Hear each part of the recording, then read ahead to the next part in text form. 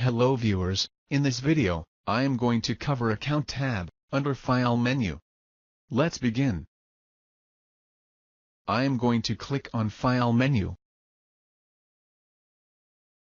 and Account tab. Under User Information, we can change photo, About Me information, we can sign out and switch account.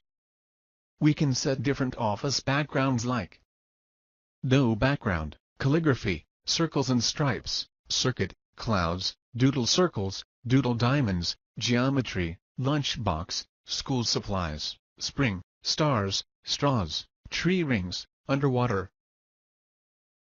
We can change office theme to colorful, dark gray, and white.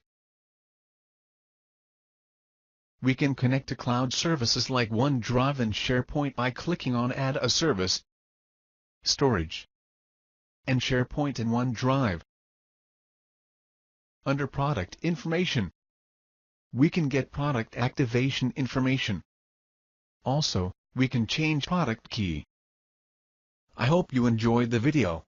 You can buy eBook on Microsoft Excel interview questions from the Amazon link given in the description below.